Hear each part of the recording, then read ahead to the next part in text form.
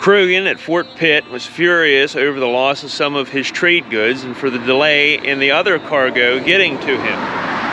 To Croghan, the French were already in the West winning over the Indians once again. Well, George Croghan sat at Fort Pitt twiddling his thumbs. Peace was not being conducted, but worse, Croghan wasn't making his money. General Thomas Gage in New York City became convinced that this peace negotiation was nothing but a get-rich-quick scheme by Croghan, and now became a PR nightmare for the British military and British imperialism. Governor John Penn in Philadelphia had to do something to bring these black boys to justice, so he and his advisors traveled to Carlisle, Pennsylvania, to get to the bottom of this issue, using exactly what the locals wanted to be used to seek justice: civil law, rather than the imperial overreach that Callender, Lieutenant Grant, and Sergeant McGlasson was using to imprison people without a warrant of arrest by local justices. Governor Penn heard the complaints of the local frontier people in a petition that explained their fears of these traders sending warlike cargo to Indians in violation of Pennsylvania's proclamation, because it may empower the natives to attack and kill families on the frontier as they did in 2 wars previously. Penn took testimony and set up a grand jury made up of men from Cumberland County, per the rules of English civil law.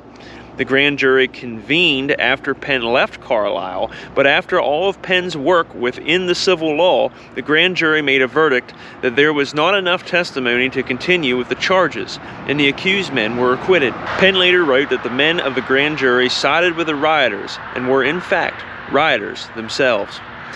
With a newfound legality given to them by the grand jury and the interpretation of the law by Justice William Smith, and other justices of Cumberland County, the local frontier people took up the mantle of black boys and patrolled the road to enforce the Pennsylvania proclamation of no trade with the Indians. The movement of inspecting cargo and providing local passes along the roads spread outside of the Conococheague settlement to the broader Cumberland County, and eventually to other counties along the frontier, as the Black Boys movement became a political one. The patrols and inspections worked well until a pack horse train refused inspection and made it past the local patrols on the road.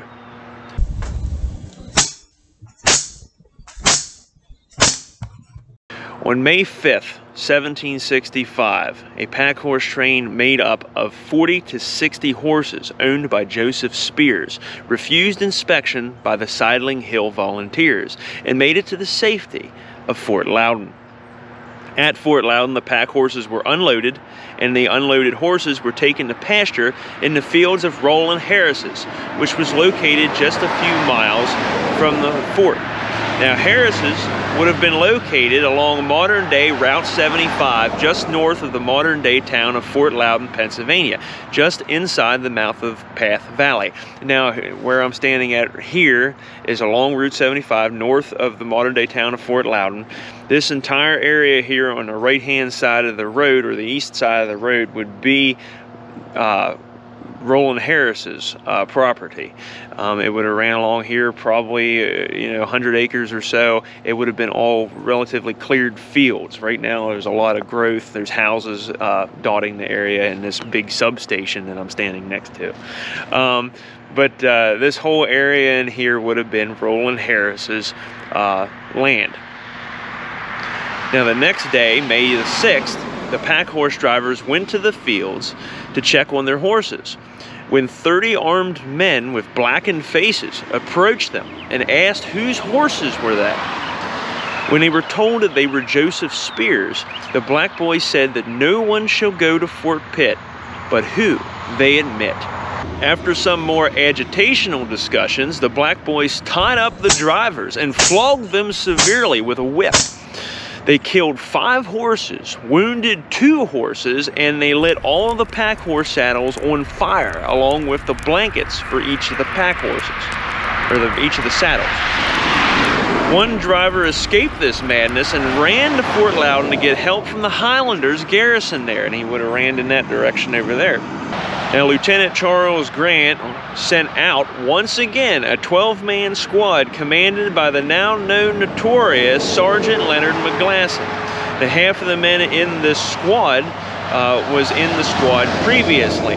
The men in this new squad was John McGill, George Sutherland, Agnes McKay, John Corbett, John McDonald Sr. and John McDonald Jr., Daniel Seward, Daniel McGray, David McKenzie, Hugh Monroe, and Archibald McMillan. The squad arrived here at Roland Harris's and found the aftermath of the attack. The black boys were gone, so McGlasson pressed Harris to be his guide and to help track down the rioters that initiated this attack. The Highlanders, led by Harris, traveled south that way towards what is known as the Widow Barr farm.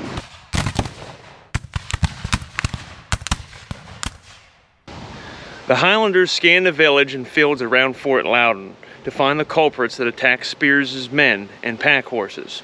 During this search, the members of Black Watch spotted an armed man who still had his face smudged with black charcoal, but it looked like he tried hastily to rub off the black from his face in an attempt to cover up his membership to the Black Boys. He was quickly made a prisoner by the Highlanders. Meanwhile, Justice John Shelby was sitting at Cunningham's Tavern in Squire Smithstown and observed 20 men get up and leave the tavern with their faces blackened and head to the Widow Barr's farm to meet up with the other 30 black boys that was there after they flogged the pack horse drivers. The Highlanders reached the house of the Widow Barr, which the house is disputed on where it's at.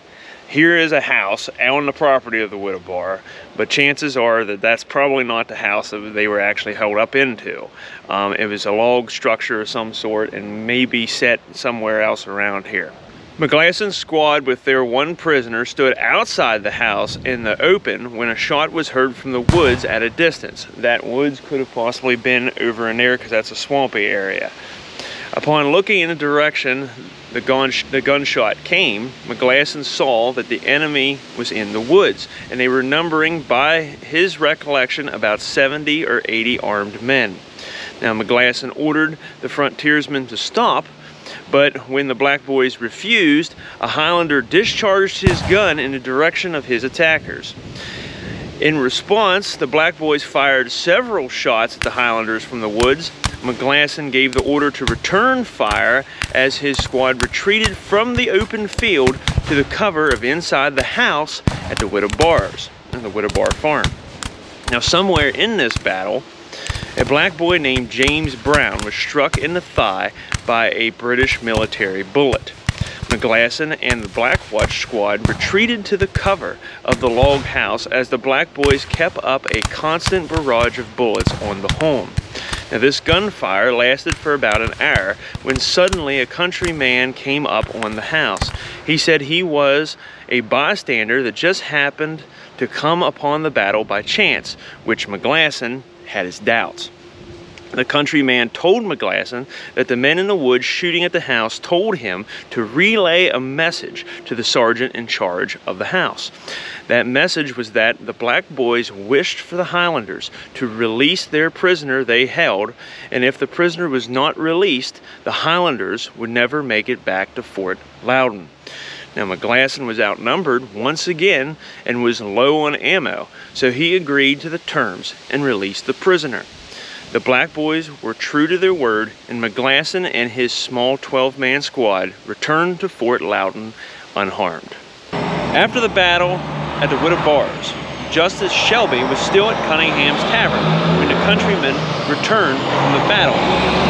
Shelby reports that Cunningham's Tavern was indeed a meeting place for these men, as they must have filled in Justice William Smith on what happened. In which Smith replied with, "It was a pity some man would not undertake to settle those Highlanders, for they would ruin the country." After the battle, Justice William Smith issued a warrant to arrest Sergeant Leonard McGlasson for wounding James Brown and sent it to the constable of Peters Township.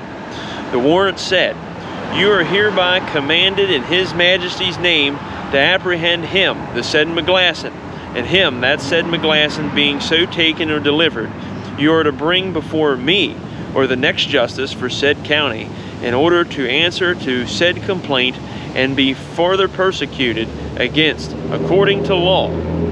Lieutenant Grant refused to give up Sergeant McGlasson, thinking that the issuer of the warrant, which was Justice William Smith, to be forfeit of any rights as a magistrate because of his actions to assist the black boys, and fearing that the sergeant would not get a fair trial here in Carlisle by the people of Cumberland County, who obviously supported the black boy movement.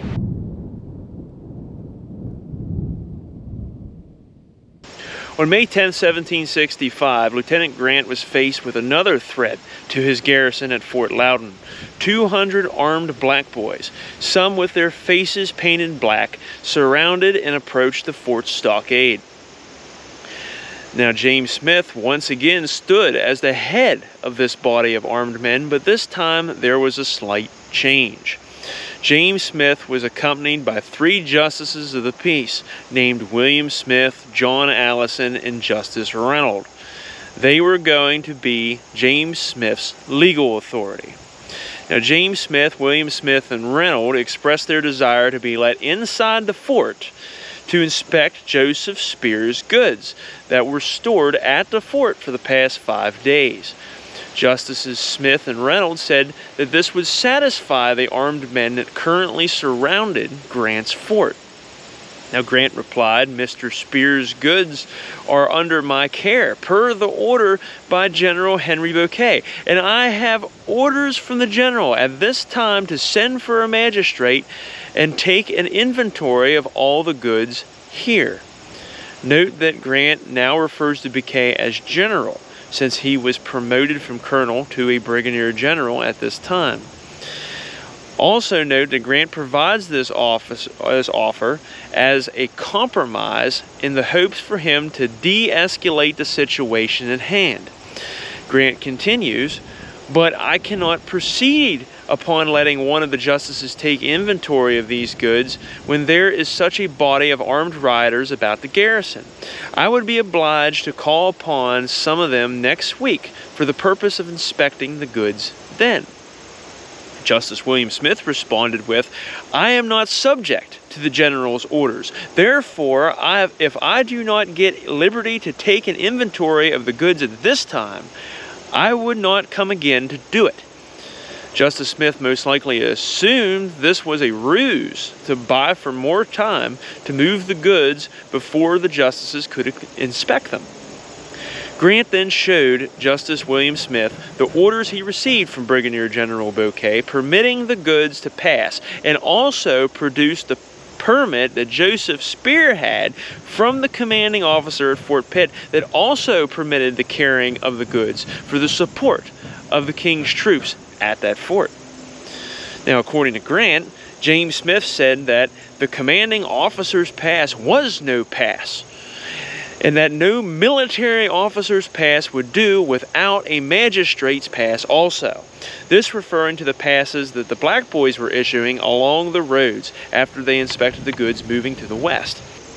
Justice William Smith agreed with his brother-in-law and added that this was not the king's fort, and this was not the King's Road, because Fort Loudon here and Forbes Road were built by the province of Pennsylvania, not the British military. This is a true statement.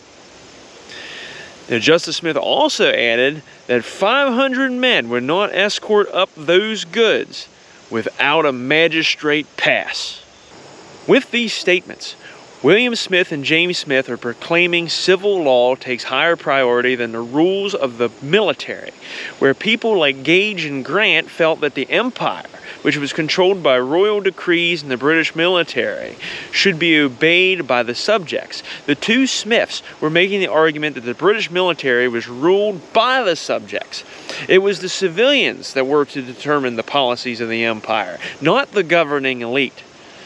These words from William and James Smith illustrate the revolutionary tone that the Black Boys were setting, a tone of uprising that favored the rights of British citizens that the British military seemed to ignore. Grant was undeterred and never allowed them to inspect the goods. In May 1765, Croghan was holding council with some 500 Indians at Fort Pitt to find peace.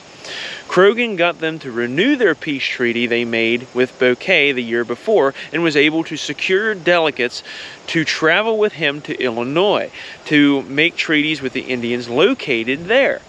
The main complaint was the lack of gunpowder, lead, and rum being traded for furs like the Indians enjoyed before. The success of Croghan, the Indians' complaints, the British military, and the traders and merchants were all reasons pressing on Governor Penn to reopen trade with the Indians. Meanwhile, the inhabitants of the frontier continued to inspect goods traveling west through their settlements and issuing magistrate passes granting non-warlike cargo passage through the area by the justices of Cumberland County.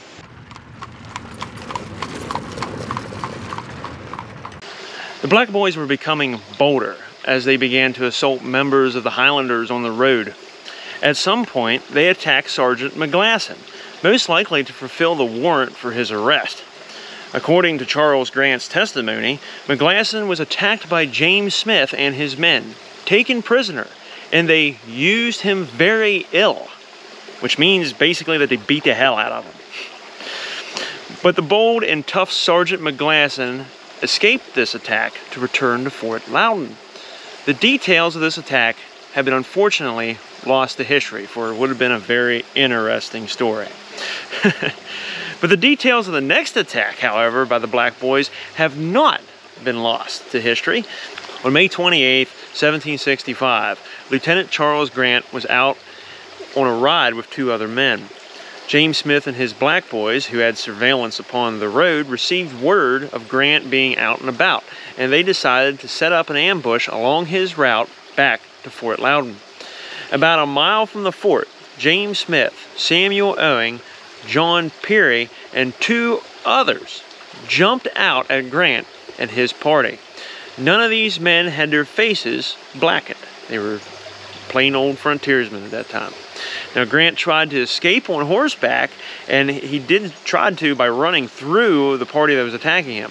As Grant's horse passed by his attackers, a Black Boy reached out and tried to grab his horse by the bridle, but Grant shook him off.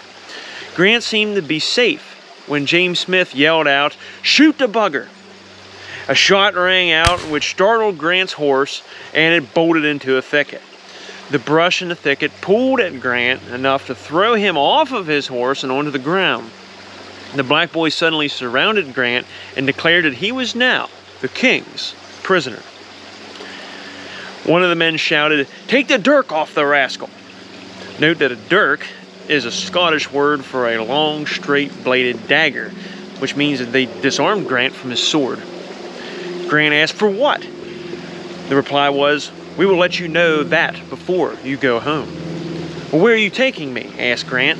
"We are taking you before Justice Reynolds," was the answer.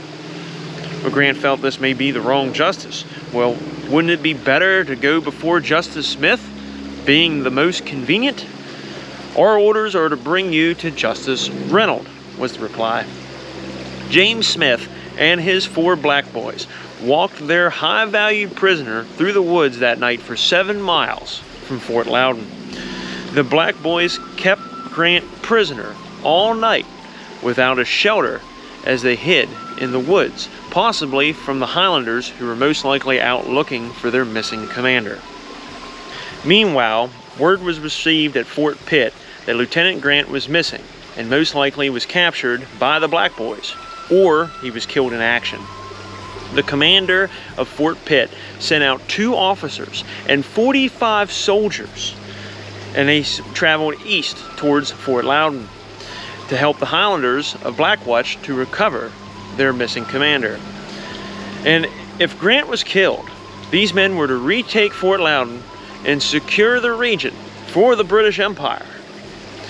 While Grant was held captive in the woods with the Black Boys, his captors told him that unless he would give up the arms that he held inside Fort Loudon, they would carry him away into the mountains and keep him there.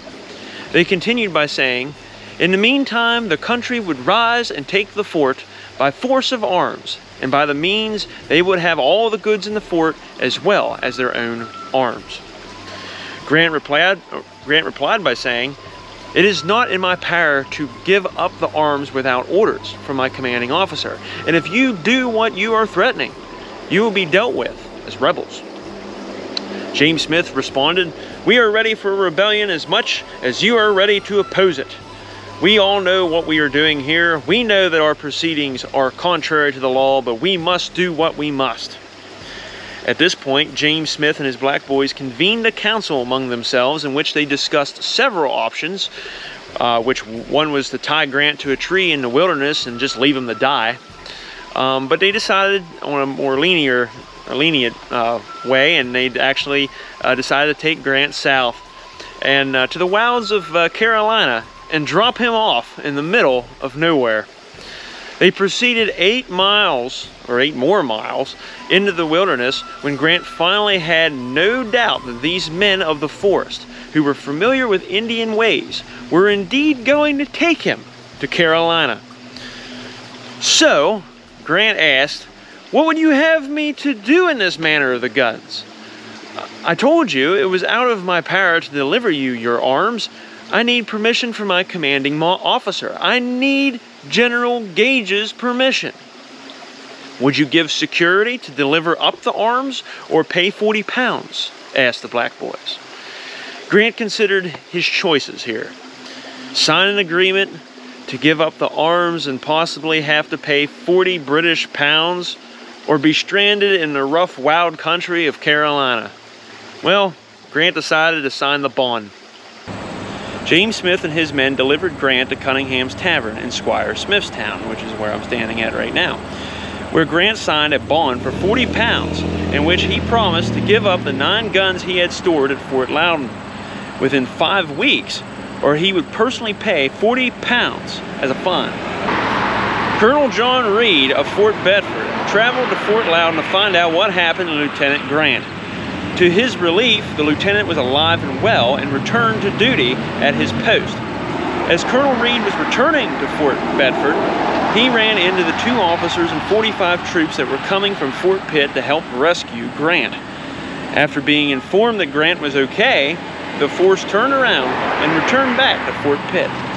A few days after Lieutenant Grant was released, he personally went to Justice William Smith's house to express his disgust at his affair, and that would have been here at this location, here in modern-day Mercersburg. Upon arriving at William Smith's, James Smith and the other 4 men that captured him were present at the home when Grant arrived. Now, Grant told Justice Smith that these were the men that attacked and captured him and gave him the details of his imprisonment. But according to Grant, Justice Smith took no notice of it. James Smith and Lieutenant Charles Grant were now personally at odds. James Smith wrote a letter to Lieutenant Grant on June 17, 1765, in which he discusses the dispute without directly addressing Grant, most likely out of spite. To Lieutenant Grant, Conococheague, June 17, 1765. Honored Sir, I was occasionally at Loudon a few days ago and had the opportunity of speaking with Mr. Grant, who told me all the satisfaction Colonel Reed desired for taking him prisoner was that I should acknowledge my fault to Mr. Grant, which I refused to do. Except Mr. Grant would also confess he had used the country ill. This he refused to do, and said he had done nothing but his duty. If Colonel Reed would only say it is the duty of an officer at Fort Loudon repeatedly to send out Mr. Grant in a party to rid private quarrels in the country, I will confess my fault to the above-mentioned gentleman. I acknowledge my fault to Colonel Reed, begging pardon for the same. I don't accuse Mr. Grant with all the hostilities committed by McGlasson, for I have reason to believe McGlasson acted contrary to his orders and concealed many of the actions from his commanding officer. I am, honored sir, your obedient, humble servant, James Smith. Lieutenant Grant refused to give up the 9 guns. He felt that the bond he signed was invalid due to the being under duress when he was forced to sign the agreement. Grant was still unsure what to do with the guns and truly wanted an answer from General Gage on the matter. He wrote General Gage in August, "I should be glad of your Excellency's orders with regard to the arms taken from the rioters and now in the garrison."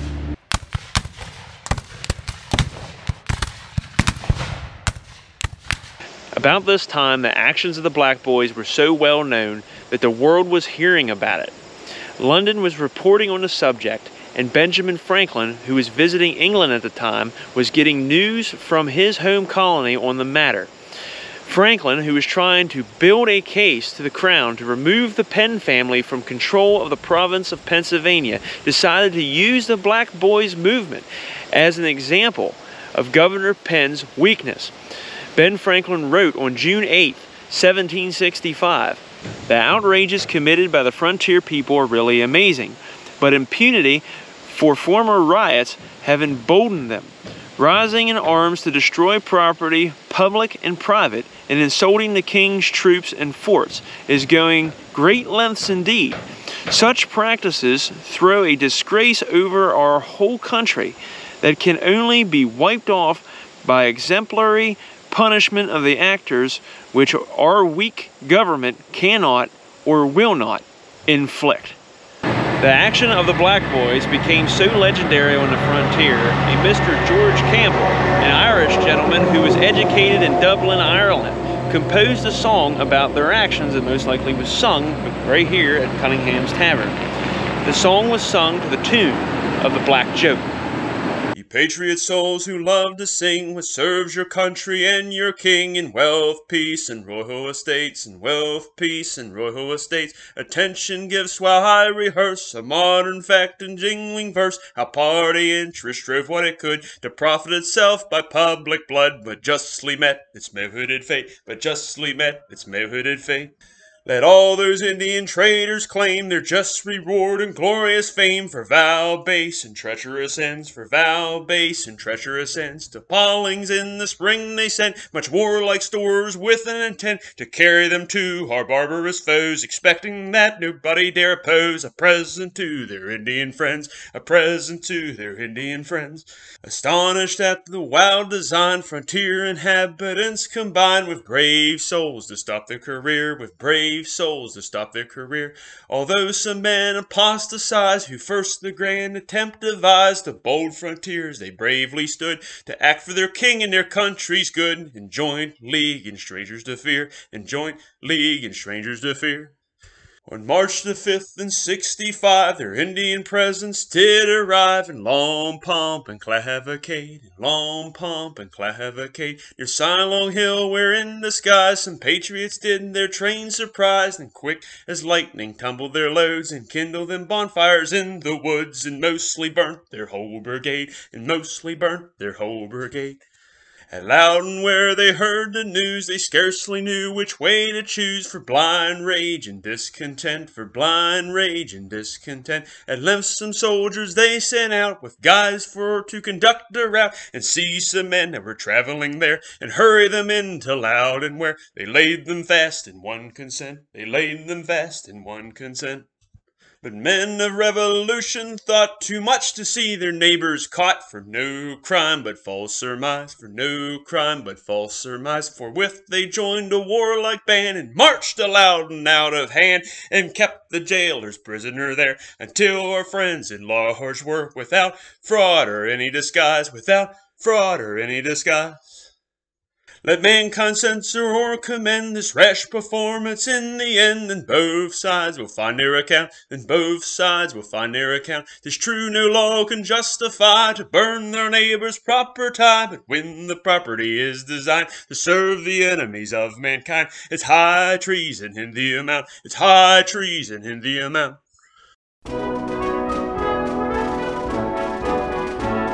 After all that had happened on the frontier in regards to attacking pack trains, burning cargo, shooting horses, shooting civilians, shooting at British soldiers, whipping drivers, capturing and threatening lieutenants, illegally arresting people, and confiscating personal property without a warrant, what ended up really rallying up people was an advertisement.